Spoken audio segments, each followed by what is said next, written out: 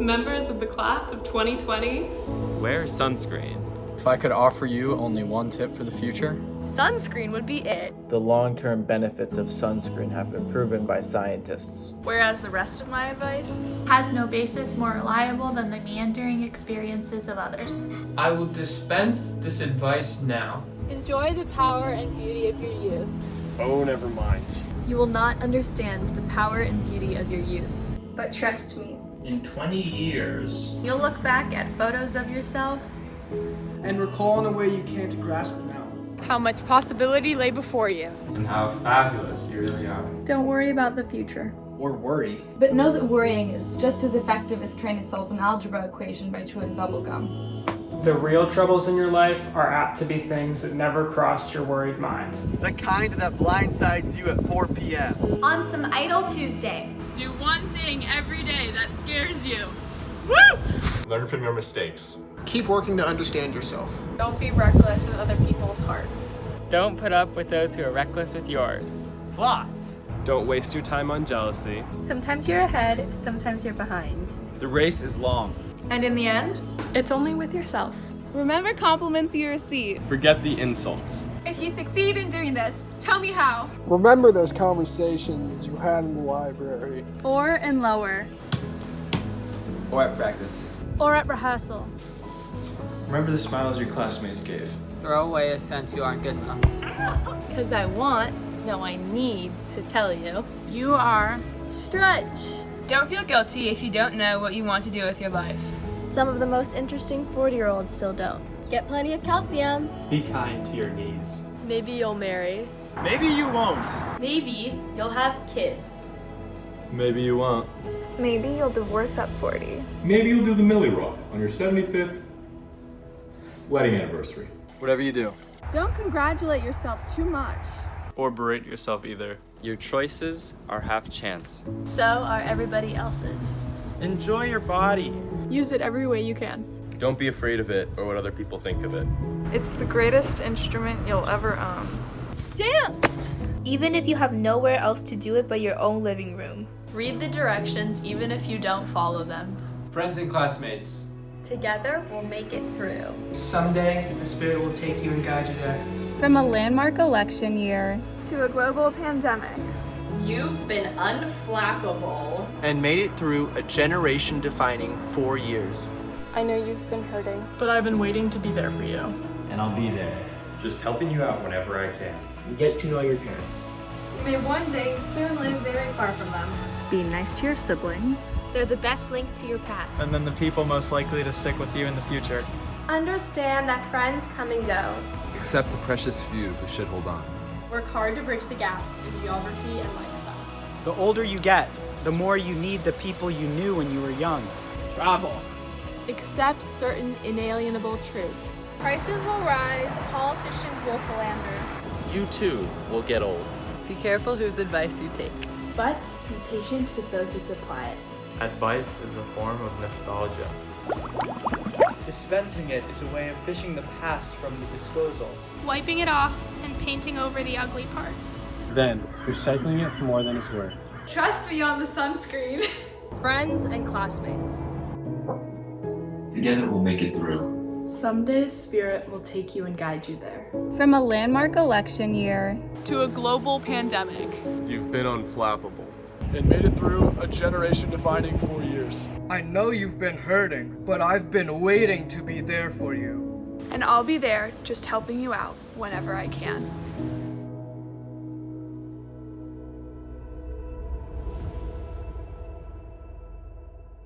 Good morning, UHS, and greetings, seniors. I extend a warm welcome to families and friends of our soon-to-be graduates, as well as to the trustees and colleagues who have gathered together in backyards and living rooms throughout the city and across the globe, tuning into this virtual event to honor and celebrate San Francisco University High School's class of 2020. Before I address the senior class, I would like to turn our attention to the faculty who are also tuning in with us today.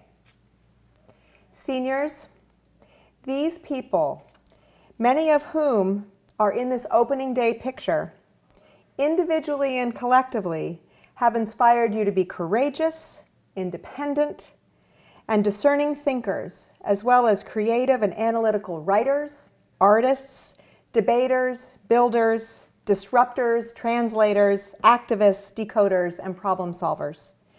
Your teachers and coaches have shown you the power of deep listening, synthesis, analysis, and improvisation, and have instilled in you the imperative of collaboration and good sportsmanship. They have challenged you to develop skills of kindness and empathy, and showed you how to more deeply understand and engage with the neighborhoods of San Francisco. They have shared memorable reflections of their own education and life experiences, held you to high standards, mentored you through challenging and joyful moments, and showed faith in your promise along every step of your high school journey.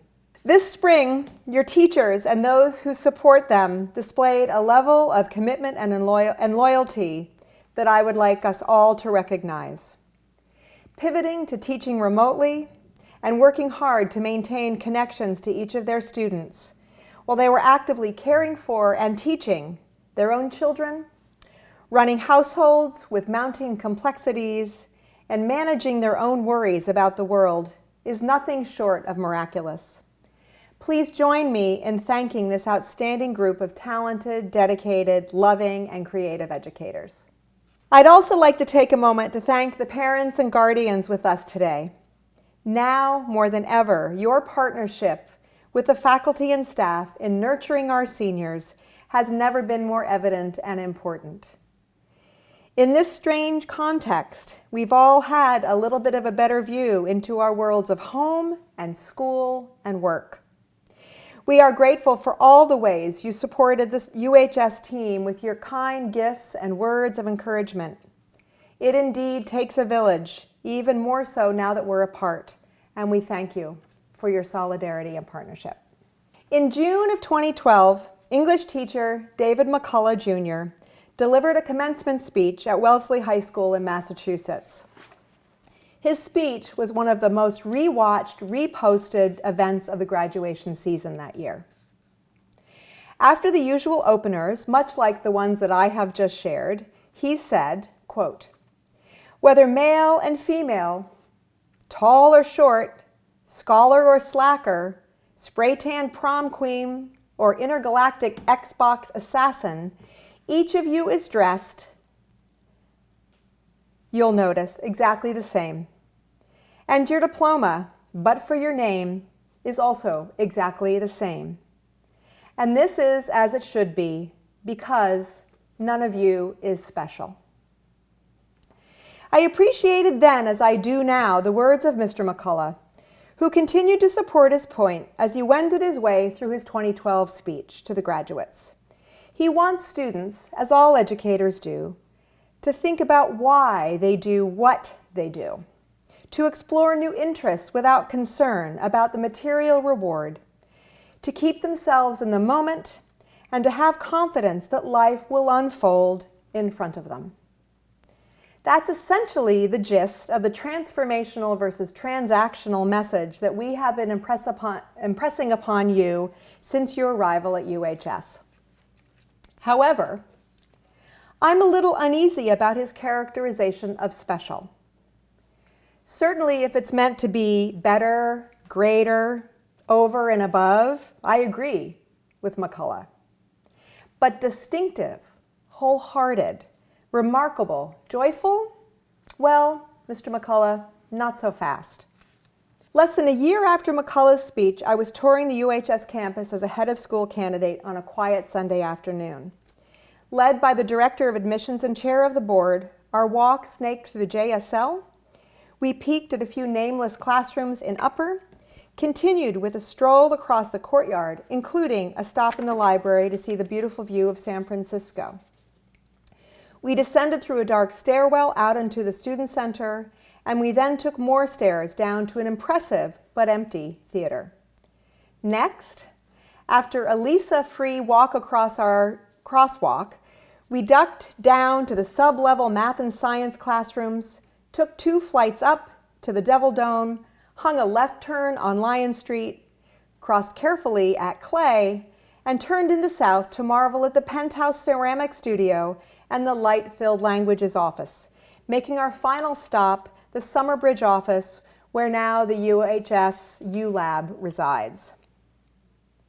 For those who live and work in it, we have a deep fondness for our campus. We love the spaces under the stairwells, the campiness of the Devil Dome, the gabled ceilings of the History and English office, the open studio spaces in South, our nooks in the garden in the lower courtyard, and our neighbors, the Vogue Theater, the dry cleaners, the California Lion Market. As a visitor touring that day in 2013, the campus felt to me a little quirky. Sometimes dark and cramped and quite strange to have residential streets as a corridor. And every step of the way, my tour guides would say, "Trust us. It is so different when the students are here." They couldn't have been more right. Desks in neat rows, empty gallery spaces, a quiet theater, hallways without backpacks, a student center without noise, and lots of it. It didn't feel like a school then, and it doesn't feel like a school now. Class of 2020, you are special. Not in the everybody gets a trophy kind of way, not in the this rule doesn't apply to me kind of way, and not in the I don't have to worry myself about that kind of way. I hope, no, I expect, that your time at UHS has taught you that to be special is to make your life matter, and to care about others, and to learn and grow for the sake of just that, for learning and growing. Each one of you is special to what has made up the UHS experience in the past 4 years, and you have only shined more brightly in the face of disappointment and uncertainty. You light up all our spaces, the Lion Street Corridor, Paul Good Field, the U-Lab, our theater, our science labs. Senior class, we miss your energy, your specialness, and the love that you have brought to every corner of our campus in the last 4 years. What makes the class of 2020 so special? I asked the faculty that question, and here's how they answered. You were exceptionally level-headed and grounded in the college process. You made 109 Instagram profiles of your classmates. You expertly taught theater skills to younger students online. And you got out of your PJs and dressed up for a classy affair day. You warmly welcomed a new student back into your virtual class when his abroad program ended abruptly. You offered to mail classmates calculators and other essentials. You showed new appreciation for your families and home-cooked meals. You led and showed support in affinity spaces and groups who grappled with some tough stuff this year. And you personified the saying, "The show must go on." You actively continued in your TA, PA, and AA roles. You maintained your work as sports captains, and you prepared younger students to step into your leadership shoes. And finally, to quote faculty member Matt Shetzley, "We are judged not for how we act when life is easy, but for how we act when things are not going our way." According to so many of your teachers, you displayed honor and grit in how you showed up when the month of March and beyond, the world steered most everything to go not your way. Of course, the real heroes of the pandemic are, no doubt, the nurses, caregivers, doctors, researchers, civic leaders, bus drivers, delivery people, cashiers, and more. On the front lines, they are caring for the most vulnerable and keeping us all safe. But you too, class of 2020, deserve some behind-the-scenes hero status. Even though you have had the privilege of continuing your UHS education, you have sacrificed many of the traditions and most of the moments you have been working toward since you gathered in the Devil Dome on the first day of 9th grade orientation. Your sacrifice for the good of the community, the well-being of those more vulnerable than you, will never be forgotten. We are not certain about when we will be able to come back together on this campus to fill our hallways, to greet old friends, teachers, and coaches. But what I do know is that when we do so, we will celebrate you and the grace and patience you displayed during this time. It is my pleasure and honor to tell you that when you do walk in these hallways again, one thing will be different, and it will be on the blue marquee above the UHS theater doors. We are naming this space in honor of you, seniors, who lost the last on-campus quarter of your high school years, but who, as a class, have exemplified community, creativity, and compassion in these hard times. I cannot imagine a space that better exemplifies your enthusiasm, your artistry, and the joy that you have shared with UHS during these 4 years. It is our hope that every time you visit campus, you will see this enduring reminder of our gratitude to you. I hope that when anyone takes a tour of our campus in the future, the story about your enduring leadership and fortitude in the spring of 2020 will be told underneath our theater marquee. Congratulations, class of 2020. May your summer be a healthy one that carries the knowledge that we count the days until we can deliver our message of pride and love to you in person. Thank you.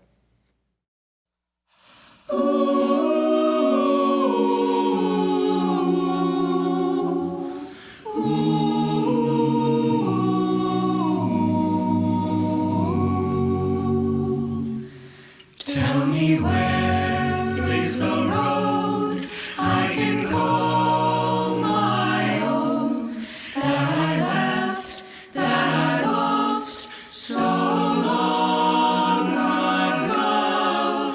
All these years I have wandered, oh, when will I know? There's a way, there's a road that will lead me home. After wind, after rain, when the dark is done, as I wake from a dream in the gold of day, through the air there's a calling from far away. There's a voice I can hear that will lead me home.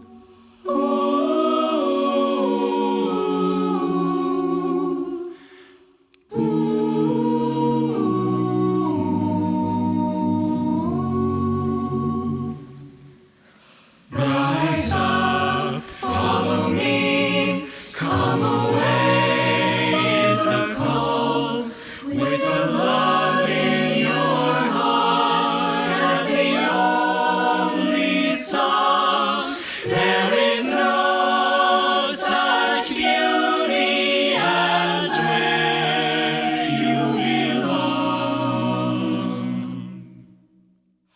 Rise up, follow me, I will lead you home.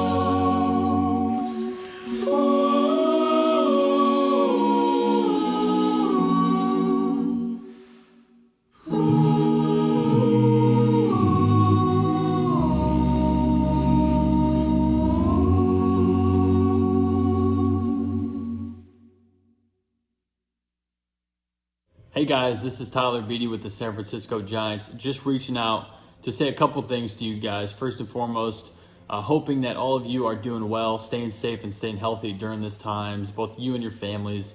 I know these are difficult times, and me personally, my family has been affected by this virus and certain difficulties that are surrounding it, especially in Massachusetts. But I wanted to reach out and speak to the class of 2020, congratulate you guys on graduating, and knowing how special and important this time is for you guys, how hard you've worked to get to this point, and obviously to have a unique graduation as it is right now may be difficult, but hopefully you guys are staying positive and optimistic as we all are trying to stay here and doing what we can to help flatten this curve and get things back to somewhat normalcy. But I know that you guys are excited and eager for your future and what's to come, and you guys are all going to have a tremendous impact on the people around you, on your own families, and in your own careers, and what you guys are striving for in the future, whether you're going on to college, whether you already have something planned for after high school, whatever it may be. Just understand that you guys have an opportunity to be impactful leaders, to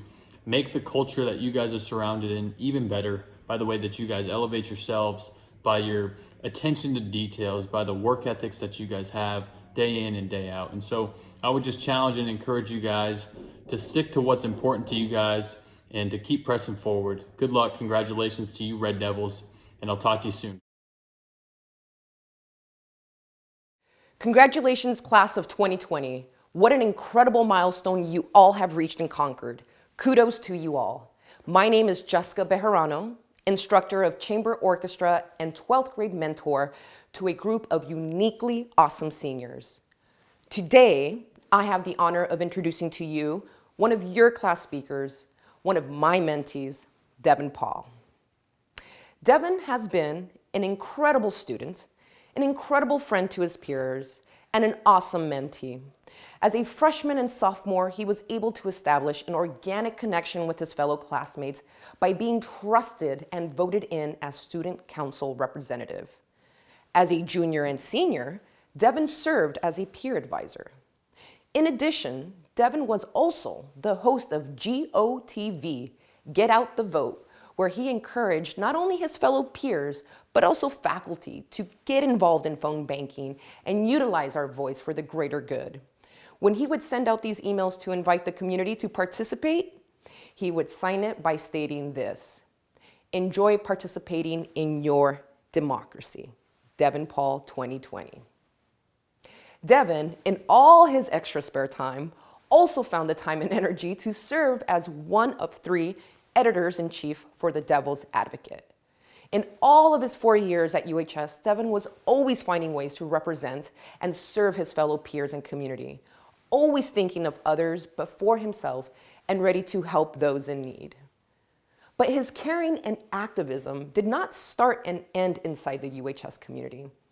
Devin also attended the Model UN conference at Stanford, was a volunteer at Friends of the San Francisco Library, completed an internship at the Centers for Disease and Prevention Disease Detective Camp, and another internship with SPUR, the San Francisco Bay Area Planning and Urban Research Association, who bring people together from across the political spectrum to develop solutions to bigger problems our cities face. One of his supervisors, Ariel, who is a senior transit policy associate, had this to say about Devin and her experience of working closely with him. Devin has been wonderful to work with. He is bright and curious and works very hard. He's shown great initiative and follow through. He also understands the bigger picture, which I think both motivates him to do this work and also demonstrates that he is able to grasp larger policy and planning issues, end quote. And then there was our cluster gatherings. Devin was sure fun to have in cluster. He would initiate the hangman game, which ignited hilarious creativity from everyone in the room.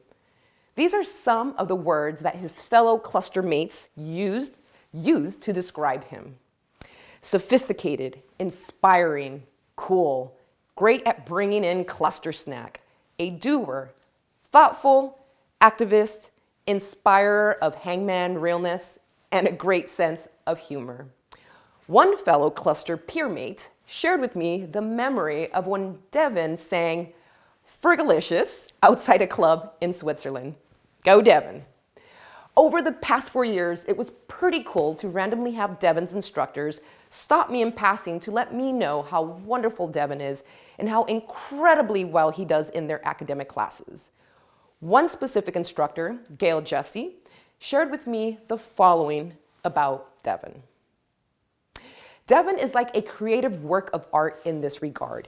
He is at once the diligent student with great values, a collaborative spirit, and a gift for high academic achievement. His contributions during class are intelligent, thoughtful, well-spoken, and astute. But Devin's unique brand of thinking and creativity never allows anyone to place him in a predictable box. When encountering Devin, one realizes that he is not quite a mystery, but more like a constant, pleasant surprise. End quote. Please join me in welcoming our class of 2020 speaker, Devin Paul. Good morning, UHS community, and especially to the class of 2020. I'm beyond honored that you've chosen me to speak on your behalf. So, where do we start? I mean, what the heck, guys? This is insane. The whole sitch we've gotten ourselves into here. It's almost indescribable. I find it helpful to return to the wisdom of the ancients in times like these. So as Gwen Stefani puts it, this ish is bananas, B-A-N-A-N-A-S. But you don't need me to tell you that, of course. The fact that I'm reading this into a camera is evidence enough. One fun side effect of that is that you get to see a lot more detail of my beautiful face than I'd hoped, so enjoy that. I've been reflecting on the journey our class has been on. We were barely freshmen when November 9th, 2016 hit. I remember thinking then, we'll graduate in 2020 and we will have been in high school for the length of Trump's first term. That will probably be the defining event of high school. I was wrong. If there's an award for having the most societally turbulent high school experience, I'd say we're maybe approaching top 10. Those World War II years are tough to beat, unfortunately. Being stuck in my house for the past 3 months has given me a bit of clarity on the world, though. And perhaps one of the largest lessons I've learned from quarantine is this: Zoom sucks. There's no getting around it. Yeah, it's great to see Granny and talk over your Nebraskan cousins on the family Zoom, but I'm talking about carrying out high school over the internet. Maybe you think it's okay. Wow, the miracles of modern technology, right? It's not great. Let me put it this way. You're a graduating senior, already into college, and you have the choice between listening to this fascinating presentation or destroying your attention span by mindlessly consuming internet garbage. Easy choice. Talk to me once your teacher's wireless connection is so bad that their Zoom crashes, leading to a swift coup d'etat in which a random classmate is named the host and anarchy reigns over first period. Or my favorite, when a teacher starts breaking up and it takes about 30 seconds for someone to work up the will to unmute and say, "We can't hear you." Zoom sucks. And it's not just the tech, it's the thrill of in-class discussions that's lost. It's harder to chat before and after class with teachers and classmates. We enter and leave class quickly, trying to avoid being too early or staying too late. It's a shame. The era of COVID-19 has made something clear to me. We forget how much of our lives are shaped by those around us. It's easy to get caught up in our own day-to-day. But boy, it was probably when I started missing the awkward game of underclassmen eye contact hide and seek on the 43 that I realized how much I cared about seeing those faces I knew. I would kill to see an underclassman being obnoxious in the hallway right now, or to watch a weird freshman relationship play out in the student center. Okay, maybe not so much that last one, but you get the idea. It's a good reminder that we're comforted by the presence of familiar strangers. Yet another lesson I've learned through all this craziness is how important my acquaintances are to me. When I can no longer meet people in person, I found myself falling back on my closest friends. But it's those quasi-friends who you maybe wouldn't hang out with one-on-one, but you still love talking to. It's a lot harder to keep those kinds of relationships going online. So when this is all over, don't take those acquaintances for granted. Talk to them. Let them know you care about them. You'll be happy you did. My last point is probably the most important. This period of time has taught me, as I'm sure it has all of you, how utterly, spectacularly wonderful normality is. I know we like to mope and complain about homework and sports and the weather and yada, yada, yada, but how nice does that all sound right now as you're watching this surrounded by your family for the 81st straight day? It's like the two worst things from before quarantine are all that's left. Those two things, of course, being politics and family time. I miss sunbathing in the upper courtyard. I miss leaving the student center during lunch when it gets all sweaty in there. I wish I had a sweaty student center to leave. Actually, no. I miss saying hi to people in the hallways and them not hearing me / choosing to ignore me. I did enjoy that. Joking aside, it bears repeating that UHS is an incredible institution. I remember coming from my single-sex, testosterone-fueled middle school and thinking, wow, people are so nice to each other here. I feel like I've been surrounded by a wide array of phenomenal human beings for the past few years.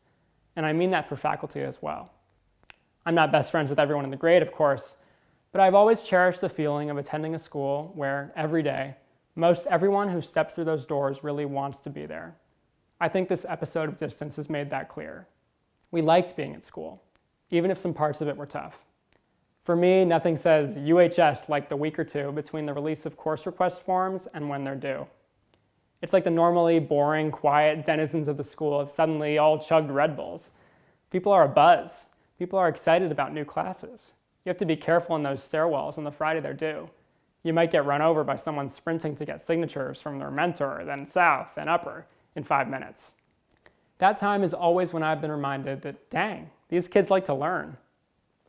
For us, the normality of school was many people's dream. It seemed monotonous, boring even, as normality tends to be, but taking a step back allows us to recognize how valuable it really was. We were, and are, enormously lucky and privileged to attend such a school. So I'll leave you with that. Treasure the quotidian. Embrace the boring. Try watching water boil. I'm not even kidding here, I love doing that. I know, weird. But you'll understand how much normality means to you as soon as it's taken away. To the class of 2020, I would say good luck with wherever you end up in the fall, but I have a feeling we'll be around each other a little while longer. I know this class is destined for greatness, though. We were always exceptional. Remember those 2 blackouts and resulting school cancellations freshman year? Yeah, dry runs for right now. We are a resilient bunch, and I know we're going to get through this. We're going to come out stronger. But for however long this is going to last, and for whenever this is all over, please, never forget to take stock of what you have. You'll be happy you did when things change. Congratulations. Thank you. Dear graduates of UHS, class of 2020, you will never forget that you graduated in this incredibly complicated time. You will always know what your place is, and I want to congratulate you on how well you worked even during this complex time and following your studies and keeping up with your friends. You are coming from a great school. I loved visiting there several years ago. I know how important you all are to each other. I do think that you will learn a lot from having had this difficult time. And I think the message I want to leave with all of you is you know that understanding what you have to do and operating within a community is one of the most important gifts that you can give each other and to yourselves. And always remember, you are the very special class of 2020. I congratulate you. Go out there and get them. It feels impossible to capture the impact Sadie Scott has had on University High School. In September 2016, barely a 9th grader, Sadie started a club called Femme Fatale. In her words, a space in which anyone can talk about their experiences around feminism using the medium of spoken word and slam poetry. As a sophomore, Sadie co-founded the Spectra Club, alongside fellow class of 2020 graduate Hayden Defarge, to be an inclusive educational gathering in which students and adults could explore issues the LGBTQIA community faces. 50 of us showed up to that first Spectra meeting. Later that year, Sadie co-founded the Mental Health Coalition, destigmatizing and normalizing the importance of tending to our mental health. And this year, Sadie was a founding member of the Committee on Sustainability to spark conversation at the intersection of equity and sustainability. Sadie faces complex problems and gets to work building visionary solutions. It's equally difficult to convey how fiercely Sadie has sought to be impacted by her UHS experience. She has acted in UHS plays, run cross-country and track, and mentored younger students as a peer advisor. She learned American Sign Language and explored painting with natural dyes in independent studies, and has facilitated multiple workshops and affinity spaces during our biannual day-long symposiums. Sadie started a small, socially conscious business, transcribed the writing of people who are incarcerated, and attended the Cannes Film Festival for a short film in which she acted and directed. Sadie hungers to be catalyzed by whatever surrounds her. When our cluster needed a last-minute cluster snack, Sadie brought it. When a teammate needed urgent help, Sadie offered it. When the ALS fundraiser needed leadership, Sadie led it. And when we abruptly shifted to shelter in place, Sadie joined the team that rallied her class to stay connected and in community despite distance.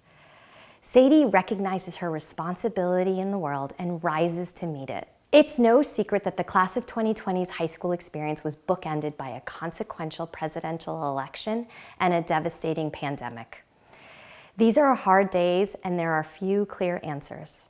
And yet, I firmly believe that Sadie and her peers are entering young adulthood at exactly the right time. To paraphrase the poet Rumi, Sadie is the universe in ecstatic motion. Given how much she has activated and shifted at UHS, I don't doubt humanity will be transformed by what Sadie makes happen. The class of 2020 was wise to choose Sadie to speak on its behalf. Her tenacity, fearlessness, and optimism represent this class's greatest strengths. Thank you, class of 2020, for the many ways that you have improved our school, including your choice to select Sadie, Devin, and Byron to speak on this momentous occasion. When I started my time at UHS, my hair was just brown. All I wanted was to make friends and fit in like every other freshman. I was convinced that I would be a star volleyball player by sophomore year. After having played for a few years in elementary and middle school, I was pretty confident in my abilities. I had just been a captain on the varsity team and done volleyball over the summer, so I felt pretty good when I showed up to tryouts. UHS humbles you quickly. On the first day, the other girls were spiking down balls so hard, I started to really get in my head. In the middle of a scrimmage, I stood, knees bent at the ready as the ball sailed over to our side. I was convinced this would be the shot where I proved how fantastic I was at defense. I lifted my arms to bump the ball as it flew straight over my head, turned around to try and hit it backwards, forgot to move my feet, twisted myself into a corkscrew, and fell on my butt. Right next to the coach. I have never been so red in my life. The only thing comforting me in that moment was the knowledge that if I didn't make varsity, at least I'd be able to play JV and work my way up to star player on the varsity team. I was cut the next day.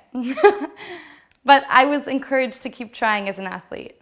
After a brief detour to field hockey, I finally landed up at cross country, determined to find a home. And despite knowing no one on the team and being surrounded by students who had trained with one another for weeks before, I could never have imagined how much I would grow to love running. I learned to run faster and farther than I thought I could ever go, with the help of other runners and coaches that pushed me to keep trying, even when I thought I had nothing left to give. We were lucky enough to place at state both years, something I never could have dreamed of being possible, especially after completely humiliating myself in a volleyball tryout just years before. None of it could have happened if I didn't literally pick myself up after falling down and say, let's try something else. Having learned from that experience, I stopped running in junior year so that I could make more time for theater, something I had become increasingly interested in seriously pursuing. Although I've always done theater, I remember brushing off the idea of doing it in a professional capacity because I didn't think it was a reasonable goal. You just have to try and fail at a few auditions to learn pretty quickly that it isn't easy. I thought becoming a doctor, despite the fact that I was atrocious at bio and can't stand the sight of blood, was a reasonable goal, because that's what I was told time and time again. But I was wrong. There's nothing reasonable about foregoing something you're passionate about because you're scared about whether or not you will succeed or how other people will react. In fact, I think that the only thing we can do is keep trying to live lives that feel authentic to us. Since my humble beginnings as a self-conscious brunette who definitely overestimated her volleyball abilities, I've basically dyed my hair every single color of the rainbow. Most times I've dyed my hair at home, it's resulted in an odd ombre look that's either too orange or too green. I've pretty much been a Ramona Flowers tryhard who always shows up to school after break with differently colored hair. But I realized early on I had no reason to worry about being accepted. I've only had people tell me they wish they could dye their hair, or they've always wanted to, but they were unsure how it would look or what other people would think. I understand. If I said I didn't care what other people thought about me, I'd be lying through my teeth. And I know I'm firmly in the land of cliches here, but you truly will never know what you'll grow to love, or what you're capable of, or who you could become unless you try. UHS is a school that prides itself on having students who are driven and caring, and it's something that I've always loved about it. We are a class made up of nationally ranked fencers, aspiring writers, extraordinarily talented painters, lighting design pros, dedicated climate justice advocates, outstanding golfers, and some of the kindest, most wonderful people I have ever met. We are a class made up of people who have tried and succeeded and fallen down and gotten back up. And I wish I had the opportunity to tell each one of you to your face the enormous impact you've had on my life and the lives of those you've touched. You don't need to be the best at everything. You don't need to be the best at anything, because ultimately, no matter how many awards you win, though I'm sure you'll all receive many in your lifetimes, you will never know what brings a smile to your face and the faces of those around you if you place perfection in front of joy. So, to UHS students, I say do what really brings you joy. Not because you feel like you should or someone tells you to. Do it because it feels true to you. Stand up for yourself and what you care about and don't stop trying. To the UHS trustees and board, I request that you give the wonderful opportunities that I and the rest of my class were given to those who would not otherwise be able to access them. We are immensely privileged to be a part of this community, and there are so many students who would bring extraordinary and diverse talents to the table if given the chance. I thank you for the work that you have done in this regard and ask that you continue striving towards creating a sustainable and equitable campus that uses its privilege for the betterment of the world. To UHS faculty, staff, and families, I say thank you. Thank you for making this wonderful holistic education a possibility for us. Your commitment to creating joy in our lives means the world to us, and we would not be here without you. Thank you for the most incredible 4 years of my life. I feel honored to have spent them among so many people I respect and love. I wish nothing but joy, courage, and peace for you all. Thank you. Hello, my name's George Watsky, UHS alum, class of 2005, and I want to send a huge congratulations to the class of 2020, graduating in by far the most bizarre circumstances in the history of the school, but I'm sure you're going to pass this resilience test with flying colors. I know that it's got to probably be very difficult to not get to have a traditional graduation, but I have absolutely no doubt you're going to go on to do amazing things in a million different fields that you all branch out into after this. And the good news is you have 2 or 3 years to go back and visit the school and say hi to your teachers before it becomes creepy to do so. So please do that. Once again, congratulations, congratulations, congratulations, and I cannot wait to see all the amazing things you do next. Bye. Good morning, class of 2020, family and friends, and members of the UHS faculty and staff. It is my honor and pleasure to introduce today's faculty speaker, Dr. Byron Fellhauer. In his 8 years at UHS, Byron has been a science teacher, a mentor, a team leader for various strategic initiatives, and he is now completing his first year as Dean of Teaching and Learning. Since he first arrived at UHS, Byron has been at the forefront of our curricular, pedagogical, and cultural change. The faculty have been particularly grateful for his thoughtful guidance and imaginative leadership as we've had to pivot and adapt our entire program in this time of worldwide emergency. The best way to answer the question, who is Byron Fillhauer, is to actually ask a set of different questions.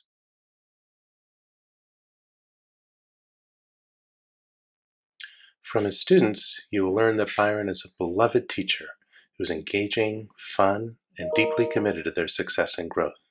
He carefully crafts a learning environment that puts students in the driver's seat and positions them as the agents of their own success. The relationships that he builds with them makes them feel that he is a true partner in their journey. What Byron's colleagues admire about him is his innovative thinking and his ability to process complex information in a variety of forms to yield new and often surprising ideas. He does all this with genuine curiosity, humility, humor, and an open mind, making him a reliable and essential resource in any challenging strategic or tactical process or discussion. When you find yourself in a room with Byron, you immediately sense that you are connected to the entire history of the collective consciousness of the human species. Byron is constantly building knowledge in vast networks of professional relationships, and he can quickly find and retrieve a startling and enlightening array of information. Working with Byron is sometimes like working with a computer from the future. He thinks faster than anyone else can speak, and he generates volumes of work seemingly instantly. His vast analytical skills are matched only by his supernatural productivity. He is the secret ingredient that makes any team immediately effective.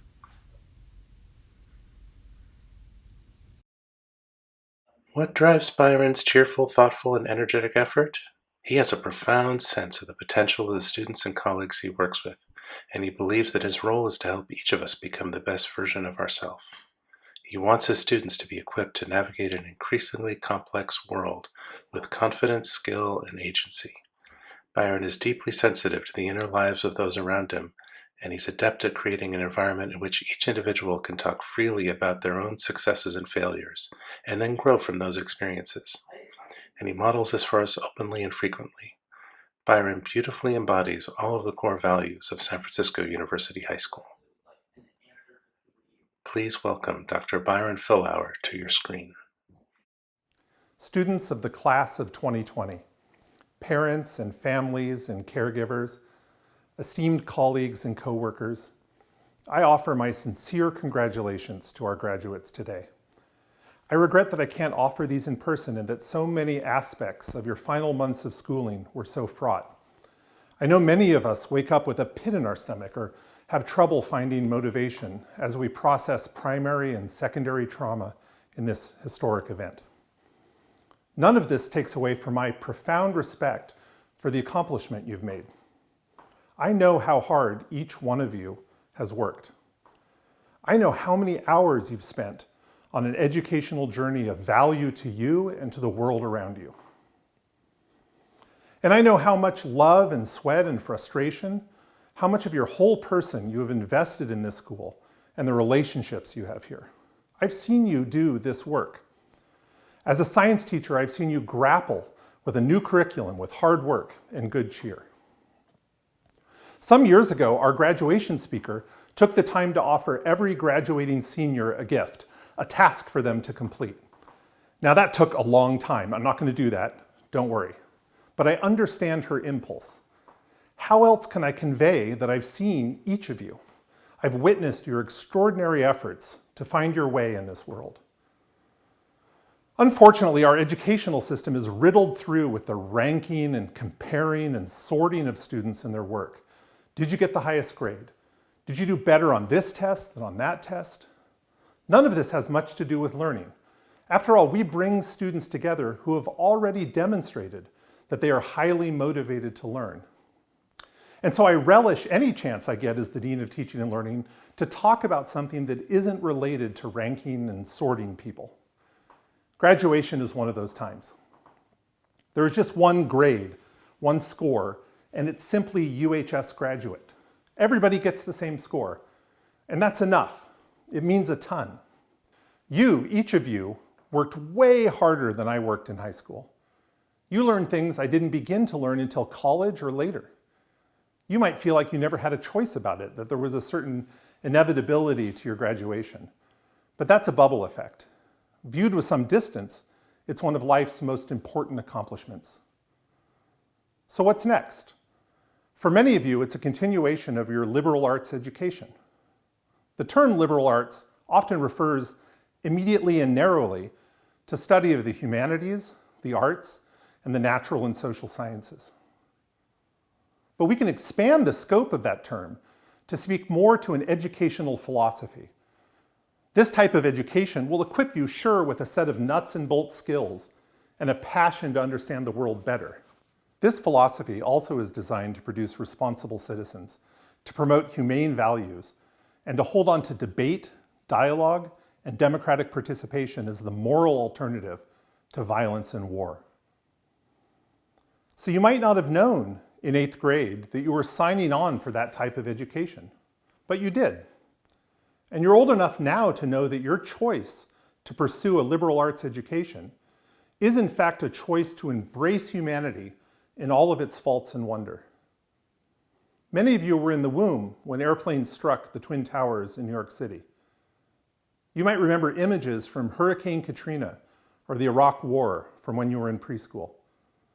You might have been watching Blue's Clues or Caillou when images from the Great Recession or the election of Barack Obama flashed by. You saw the election of Donald Trump right after you arrived in high school. And now the COVID pandemic at graduation, where the loss of 100,000 Americans overshadows everything and makes all of our words and actions these days seem small and insufficient. So over that time span, over your lifetime, and across the political spectrum, illiberal ideas have flourished. Questions about who has the right to vote, who has the right to speak out, and who has the right to participate have never been fully and finally answered in this country.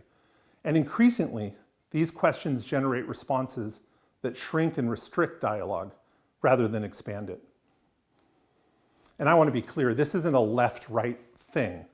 Such a crude model isn't up to the task of describing the moment we're in. This is a bigger idea that can be captured in an axis. A liberal arts education generates a responsible citizenry, promotes humane values, and encourages debate, dialogue, and democratic participation. It is particularly vulnerable to illiberal attacks. These attacks are both strategic and tactical, hierarchical, but also from the grassroots, and they prey often on those with narrow life experience, including and especially students. Recent examples include flooding the zone with disinformation, DARVO-based crisis management, deny, attack, and reverse victim and offender, deplatforming, swatting, doxing, deep fakes, bot farms. But the history of illiberal attacks on the commons is quite old.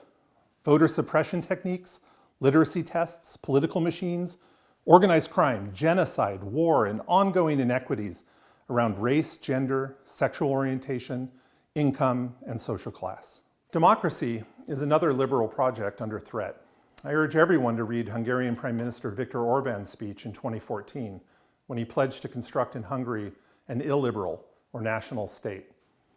As you can imagine, his project has recently accelerated due to the COVID crisis. Across the globe, illiberal governments are expanding their influence and reach. Our liberal institutions, from schools to newspapers to political systems, have failed multiple stress tests over the past few decades. Yet you, this group of high school seniors, a group with a lot of choices, you've committed to a liberal arts education, not just for the last 13 years, many of you, but for the next 4 into adulthood. And that's a brave move, and I'm very proud of you for taking it. We live in an age when people are actively trying to stuff the fullness and richness of our individual identities and our beliefs into a narrow single axis. There's a new form of tribalism. It existed when I was your age, but it has now engulfed the public dialogue. This move to tribalism itself is an illiberal one, and the work you'll do in the next 4 years to sustain the post-Enlightenment academic experiment must aim to resist that simplification. This is not an argument for centrism, which, like progressivism and conservatism, is an ideological position along several philosophical axes. It is instead an argument for a commons wherein all humans bring their complex selves. If you'll forgive me, I'm going to talk a little physics to you. You might remember learning about the Newtonian framework for physics. This notion that the world can be explained like machine clockwork, as a series of forces and resultant changes of motion, of cause and effect. We then introduced a second framework, a system of conservation laws, the laws of Du Châtelet, that allow you to address nature more like an accountant would, adding up sums and looking for what's missing. But there are multiple other frameworks as well. In quantum mechanics, the very notions of motion and position no longer makes much sense. In general relativity, the force of gravity disappears entirely. Efforts are made to integrate these frameworks to show that they're all really saying the same thing, but these efforts are not always successful. So I often ask the following question of my ninth graders, including some of you.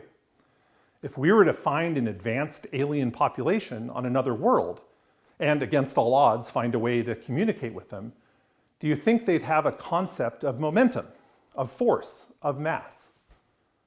The very fact that we ourselves can rely on multiple, independent, mutually inclusive frameworks for understanding the physical world suggests not. These frameworks are human constructions, and they are temporal. Why would an alien share ours? A seminal video in science education is called A Private Universe. It begins with interviews of Harvard graduates expressing almost impossibly naive misconceptions about how the natural world works. The video goes on to explore how young children form their frameworks of understanding the world. Many such frameworks are incoherent, but they're often sufficiently internally self-consistent, and in the absence of feedback, they sustain well into adulthood. We are, each of us, a private universe. None of us has a coherent, self-consistent model for how the world works. Each of them seems plausibly coherent and self-consistent to us in the absence of challenging feedback. And get this, it is possible for you to exchange one model or framework for another over the span of your life. This is the promise of a liberal arts education. But at its core, it has to presume that the frameworks or models we make are temporal, are human, and that a free exchange of ideas improves them all. It goes without saying that if the process of doing this is vastly more challenging when talking about issues of human freedom and governance. Let's imagine sometime in the future when COVID is just a memory. You're walking across the quad at your new school. You have some time between classes, and you don't feel like heading over to the library just yet to study, so you're moseying. You see a student from one of your classes that you sparred with on hard points of politics. What steps can you take right then to affirm their humanity, to ensure that your political disagreement stays in the commons? So, like the graduation speaker some years ago, I have a task for you. I want you to take small actions to preserve the free intellectual commons and the promise of a liberal arts education that you have so willingly signed up for, and so that my 3 kids will have access to it as well. This means check yourself, check yourself, check yourself, particularly when you find yourself withholding your respect or accusing others of acting in bad faith. Allow yourselves and others to fumble. Take ownership over preserving a diverse community space. Lead with empathy and with curiosity. Don't allow discomfort to shut you down or cause you to shut others down, as we make the vital exchange of uncomfortable conversation in place of violent conflict. Allow your frameworks to evolve and trust yourself enough to allow that these frameworks are incomplete and will always be so. And remember that we are, all of us, tied together for life. Hey, Ali Wong here, class of 2000. Woo, that was before most of you were born. I feel so old. Hey, I just want to tell you that if you were not one of the superstars of your class, you know, if you did not write a symphony or invent a cure for breast cancer or, you know, played lacrosse while excelling at the tuba, Don't worry, I was mediocre at everything when I was at UHS. And now look at me. I still don't know geography. So I still have to have these two maps on the wall to remind me that Chicago is not on the East Coast. No, but seriously, congratulations on getting through one of the most competitive and expensive high schools in the country. Congratulations to the class of 2020. I am Katie Albright. I am the chair of the Board of Trustees of the San Francisco University High School. And I have the deep honor and pleasure of conferring upon you your diplomas for graduation. You are an amazing and dynamic class who have shown unique resiliency and strength during these times. In my role as chair, I have learned that the mission of the San Francisco University High School is to welcome students, to engage in an education that fosters responsibility and a spirited pursuit of knowledge. We are a school where adults believe in every student, and together we build and sustain a community with diverse backgrounds, perspectives, and talent. And ultimately, we are a school that challenges each individual to live a life of integrity, inquiry, and purpose larger than self. I know that this is true for the class of 2020.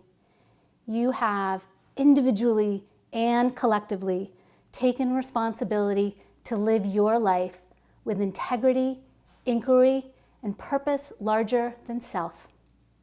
And thanks to all of you who have made this possible for these students, these graduates, to your parents, your caregivers, your aunts, your uncles, your grandparents, and yes, even to your brothers and sisters. And of course, the teachers and the entire team at San Francisco University High School. With that, and by the authority vested in me by the Board of Trustees, and upon the recommendation of the faculty, we hereby award the diplomas to those members of the class of 2020 who have completed graduation requirements of the San Francisco University High School.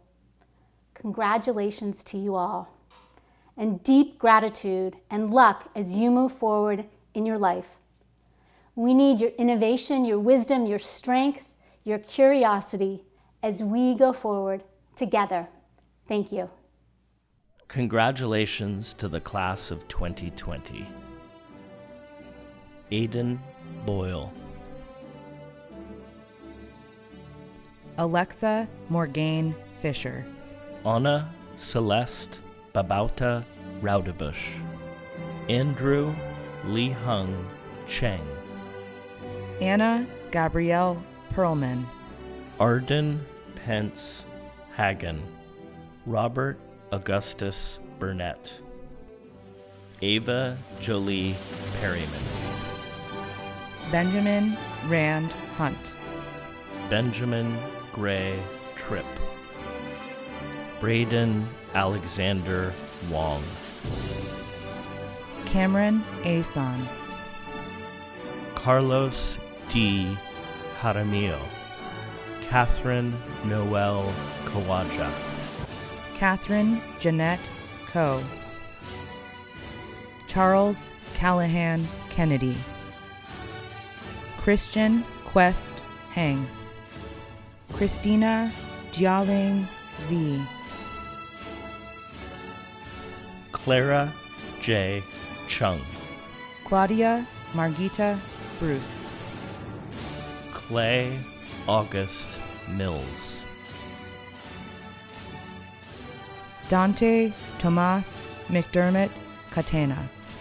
Declan John Herrera. Devin Kumar Paul. Diana Valier Dean. Draper Dylan Dayton. Dre Michelle Banfield. Dylan J. Davis. Edith D. Mead.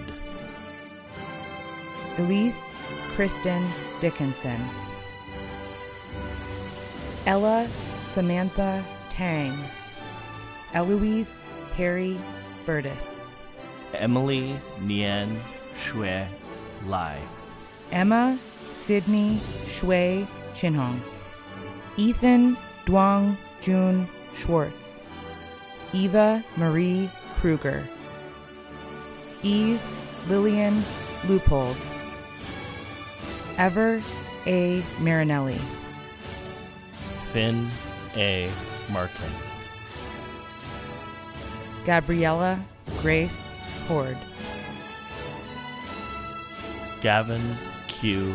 McDonald. Greta Milstein. Hayden Jasper Defarge.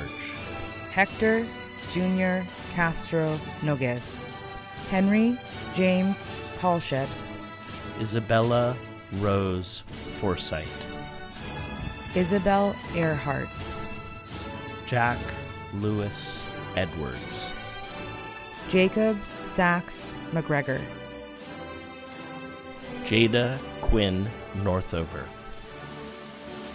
Jadelyn Elizabeth Johnson. Jenna K. Tam. Jessica Claire Rubenstein Schur. Jonakai Baker. Julia Hansen. Julia Amaya Kenderov. Julian McWilliams. Junaid Khan Stevenson Ackroyd. Karam Dial Singh Khanna. Keelan Campbell Castelline. Kira M. Kushner. Kira H. Slattery. Lucas H. Bacho. Louisa Holcomb Barron. Mackenzie Madison Jones. Marco J. Ariowich. Marco Yasimovich. Marcus W. Sachs. Maria Fernanda Hernandez Morales. Mary Chu. Maud Elizabeth House. Max Frederick Solmson. Maxwell Andreas Stein. Maya Morimoto Swain. Michael Kiwa Melig. Nicholas DeVille Altry. Nicholas Kashi Bignoli Lakshman. Olivia W. Luck. Paige Raymond Pedrero. Paris Hamilton Gakuba. Parker Emerson. Pratinav Ramananth Vishnu. Rachel Lena Meisner. Rania Zoe Borgani. Rohan Vashith. Sadie Eve Scott. Samuel Benson Komanowski. Sam Levi Pasco. Sammy Efruz Mudaroglu. Sebastian Cole Fisher. Shruti Jain. Sophia Gentilina Paolucci. Sutton Nicole Sawinski. Sydney Claire Duncan. Sydney Kelder Spivey. Thodic Dougal. Edward G. Solomon. Thomas Schaefer Newbold. Tulasi Rose Holdridge. Uma Kumar. Violet Lindemann Barnett. Warwick Thomas Lee Price. C. Whitner Reichman. Subechukwu Ezekiel Ume Ukeje. Zoe Poole Grumbach. Zoe Isabel Shibley. Zoe Grace Schulman. Congratulations, San Francisco University High School Class of 2020.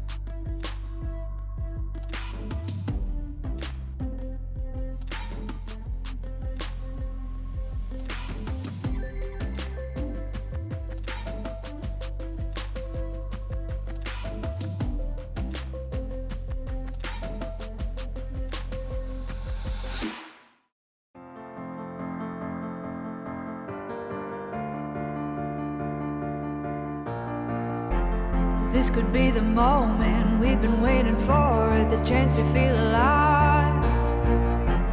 Nothing's gonna stop us, nothing's gonna top this, nothing like we've ever seen.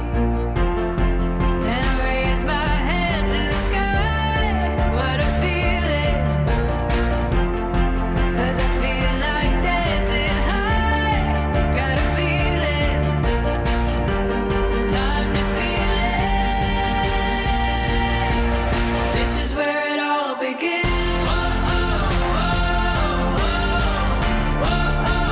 This is where it all begins. This is where it all begins. 'Cause this could be the best day of our lives, yeah.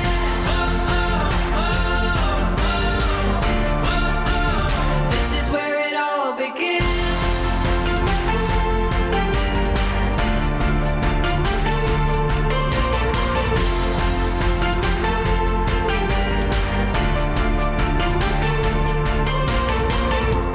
Burning like a light show, free yourself and let go. Time to see it all. Don't think about tomorrow, today we are heroes. Hear adventure call. There are whole new worlds to see. I keep running, and my feet keep lifting me like I'm flying. Time to see it. This is where it all begins.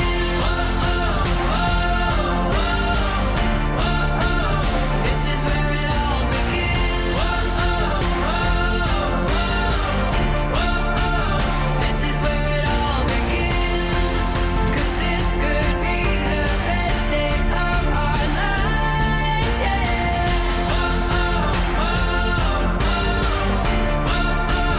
This is where it all begins.